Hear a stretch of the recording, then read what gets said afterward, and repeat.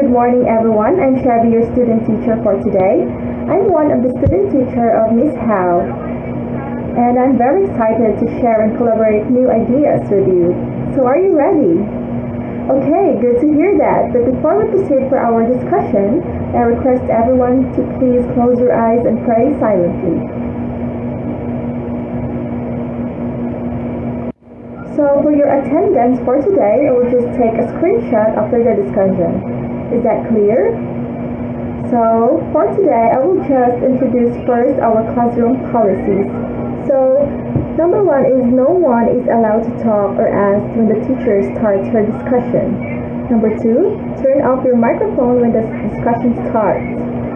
Number three, students must turn on their cameras when the teacher starts her discussion. And number four, students are allowed to ask questions or clarifications when the discussion is done. Is that clear, everyone? Okay. So our topic for today is all about communication for work purposes.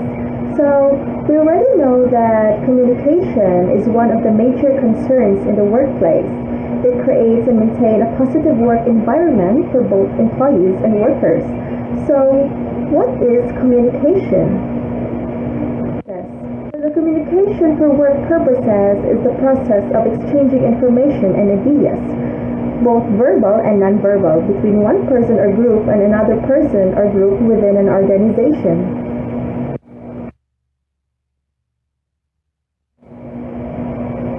But before we continue talking about communication for work purposes, I want you to watch this short video and please observe the video carefully.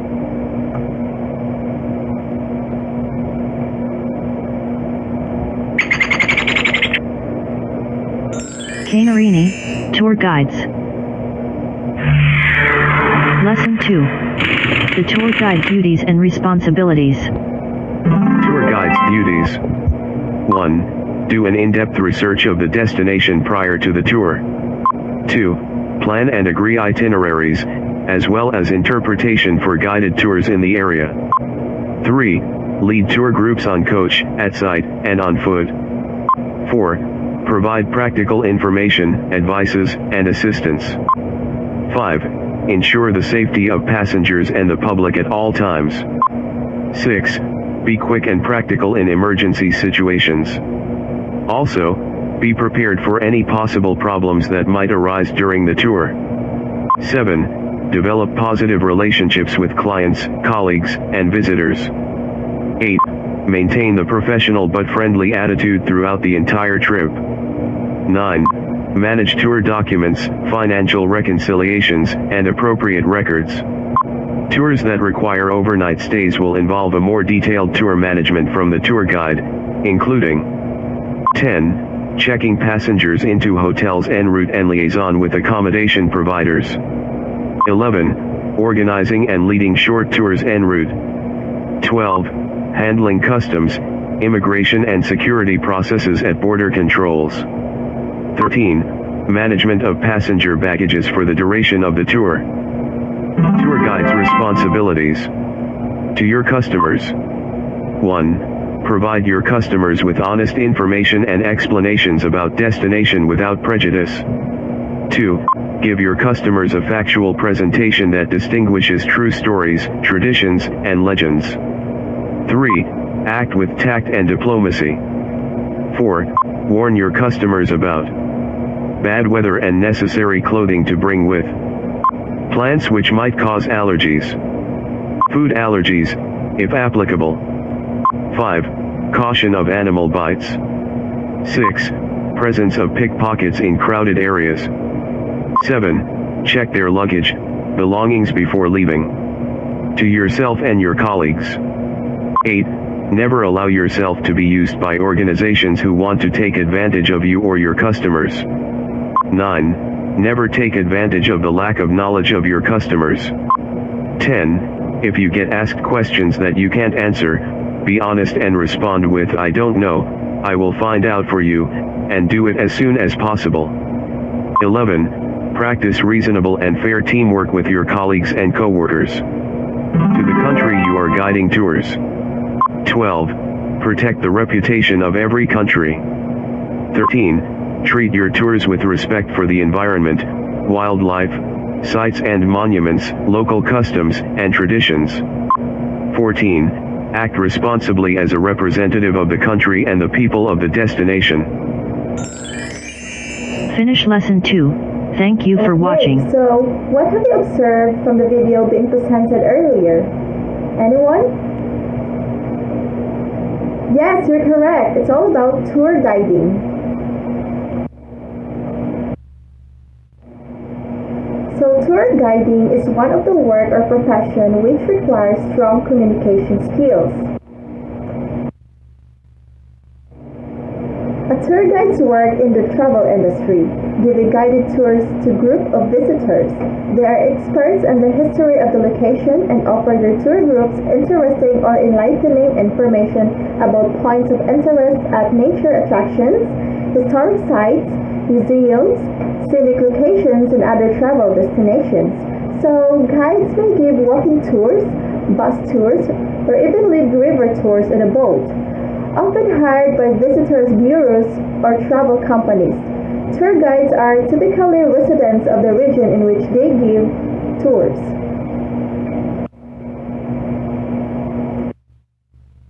So there are three main areas of specialization within the guiding industry. Number one is the historical tour guides.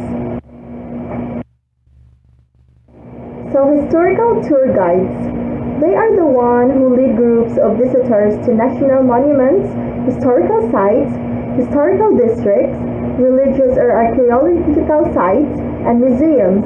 These guides are well versed in the history of the site or monument. They offer visitors an interesting description of the location, including its history and what it affects on modern society. In addition, they answer visitor questions and keep the tour organized, efficient, and safe. So this is an example of a historical tour guide. Next is the corporate tour guides. So corporate tour guides, these are the tour guides employed by large companies that are usually a well-known corporation or travel destination. Through non-profit organizations often require guides as well. They lead groups through factories, describing the manufacturing process or history and mission of the business. Theme parks often employ tour guides who lead visitors on tours of a museum within the park that documents the company's history of accomplishments. Guides may also work in zoos, wildlife refuges, safari parks, or animal reserves, enlightening the visitors on animal behavior and the goals of the company. So this is an example of a corporate tour guide. Next is the nature tour guides or eco tour guiding. So this type of tour guide lead groups to natural attractions, national parks, and other outdoors locations where wildlife and scenic locations are the focus of the tour. So these guides are experts in the natural sciences and have ability to engage visitors with their knowledge of biology, geology, and the history of the location.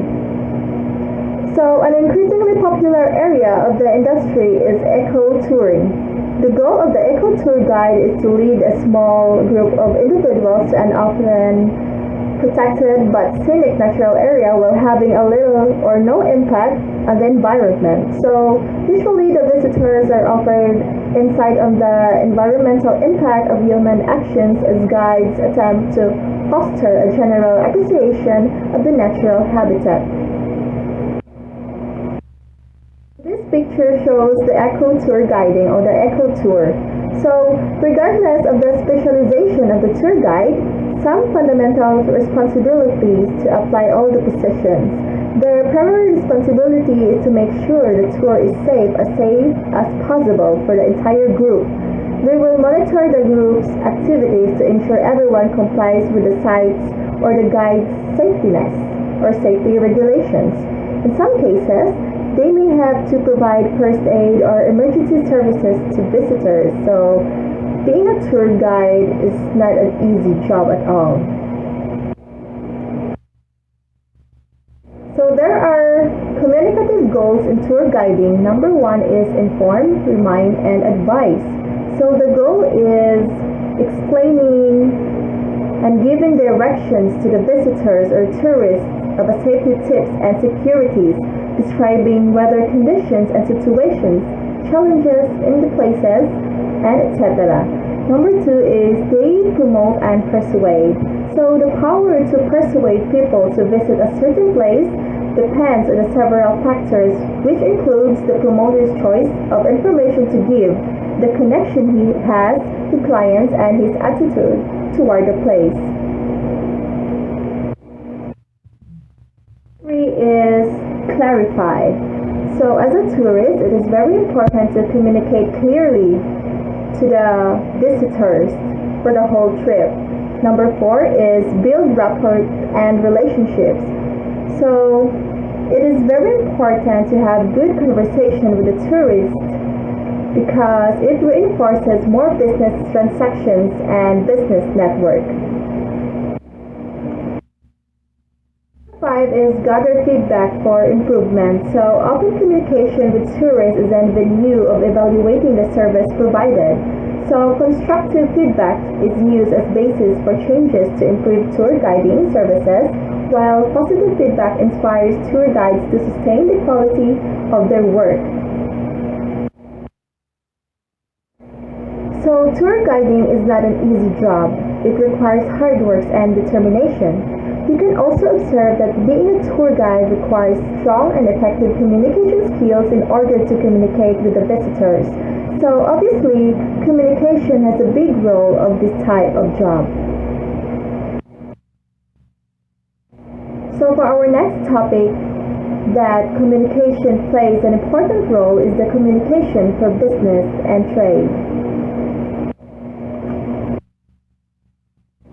Business communication refers to the exchanging of information in order to promote an organization's goals, objectives, aims, and activities, as well as increase profits within the company. So obviously, effective communication is a vital tool for any business owner. Your success at getting your point across can be the difference between selling a deal and missing out on a potential opportunity. You should be able to clearly explain company policies to customers and clients and answer their questions about your products or services. It is crucial to communicate effectively in negotiations to ensure you achieve your goals. So communication is also important within the business. Effective communication can help to foster a good working relationship between you and your staff, which can in turn improve morale and efficiency as well.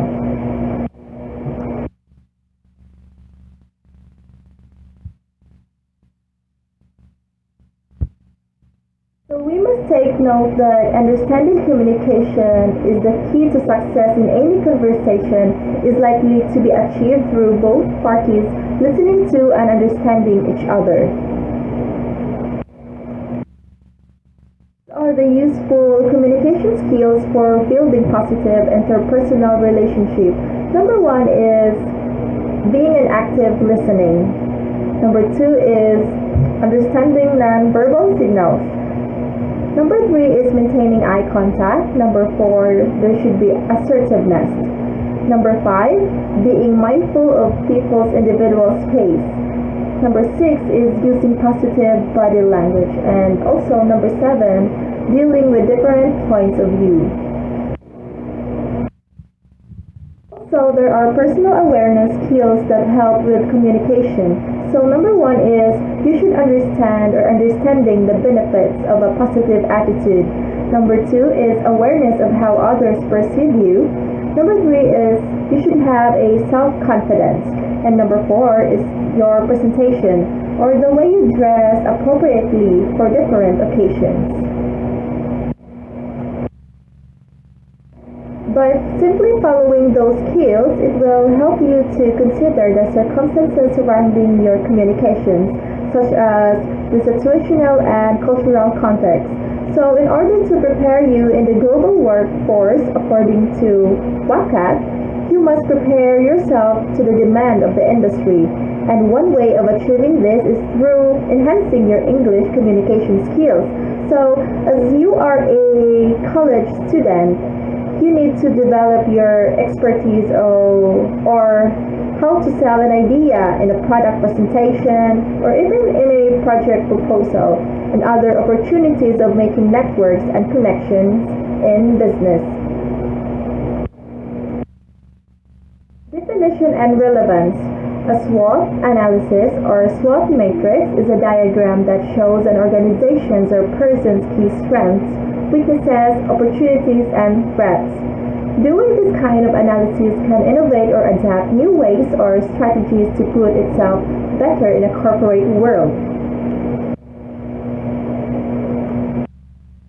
There are two factors, the internal and external factors. Internal factors are things that we control, while the external factors are the things that we cannot control. So these are the benefits of SWOT analysis. So SWOT analysis is very important to a business because it identifies the company or organization capabilities and resources. They provide a look on the organization's competitive environment.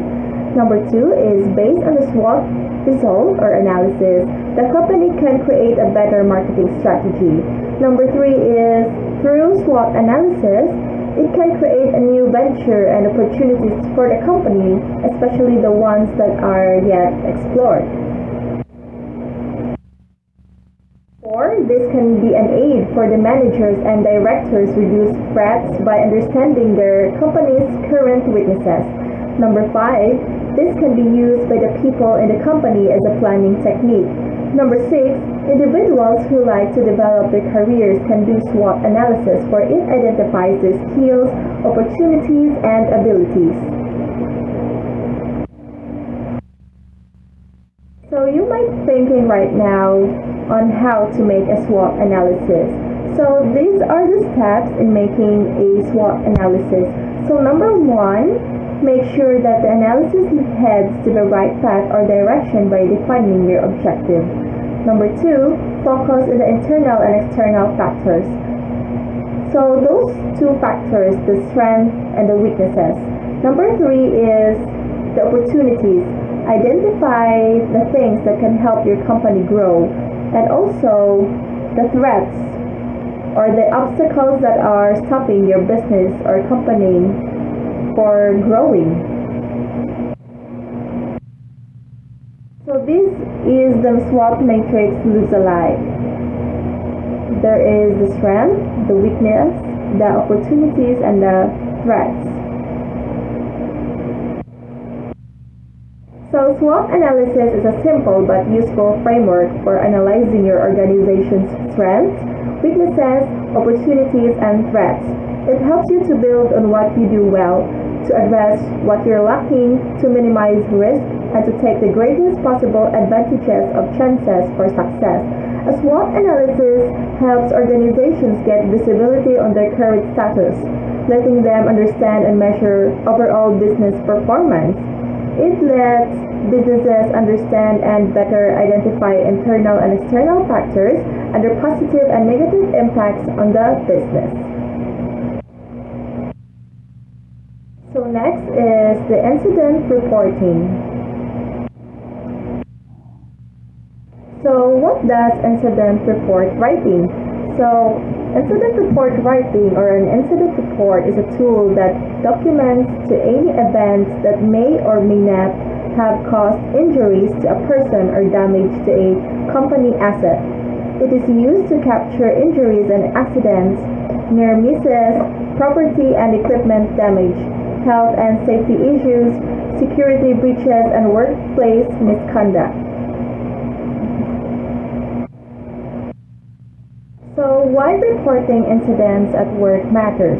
So they provide a reminder of possible hazards.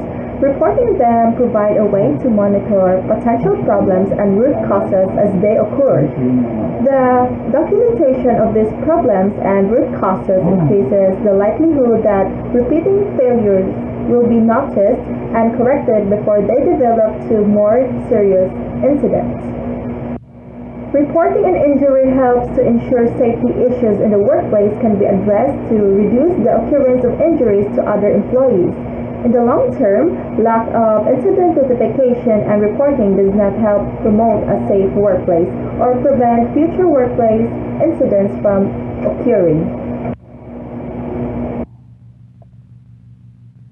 There are 5 elements of a good incident report. So, an incident report should state all the essential information about the incident or near miss.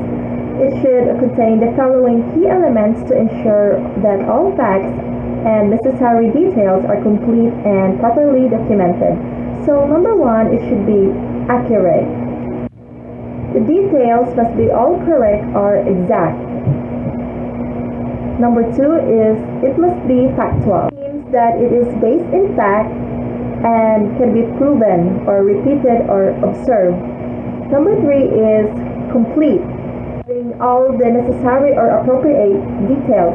Number 4, it must be graphic. There must be pictures or images that can be used as a evidence. And number 5 is it must be valid. This is concluded the incident report by getting all the signatures of all the people being involved.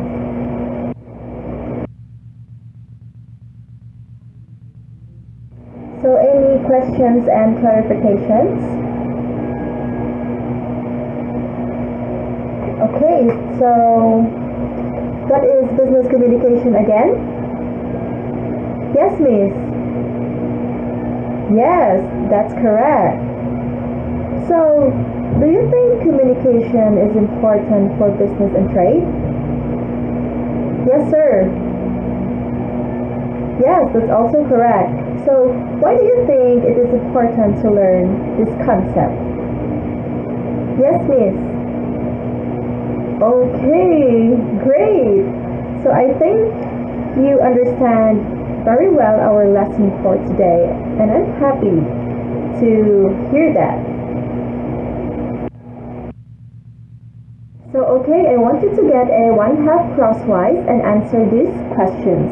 So, number 1 question is, what is an incident reporting? And number 2, give 5 elements of a good incident report. So, I will give you 10 minutes to answer these questions, and after 10 minutes, I will let you submit your answers on our G class or Google Classroom. Is that clear?